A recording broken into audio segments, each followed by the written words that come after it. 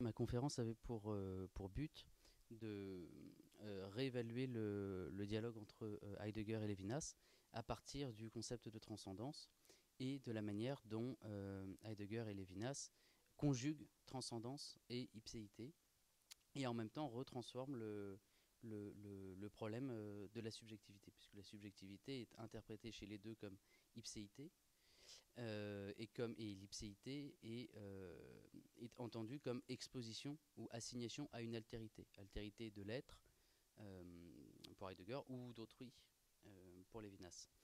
Et, et de ces deux manières de réévaluer le rapport à la transcendance, on peut en tirer deux voies philosophiques et phénoménologiques pour penser le rapport à la transcendance et la manière dont philosophiquement on rend compte de cette transcendance.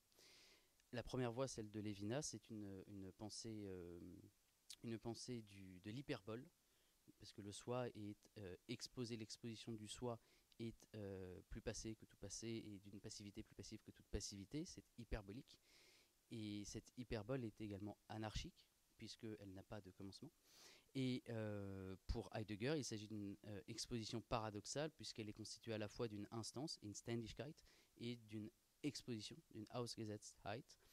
Et donc du coup, de cette hyperbole et de ce paradoxe, Heidegger et Lévinas développent deux pensées phénoménologiques.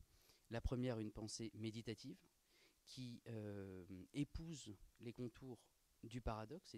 La pensée méditative est à la fois exposée, ouverte à ce qu'elle tente de penser, et en même temps, elle témoigne d'une instance, d'une endurance. Et la pensée phénoménologique de Lévinas, c'est une pensée diachronique qui, elle aussi, épouse les contours du soi, de l'exposition du soi qu'il s'agit de penser.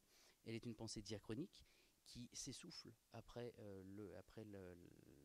qui s'essouffle à force de vouloir courir après la chose qu'elle essaie de penser, en se dédisant sans cesse. Voilà.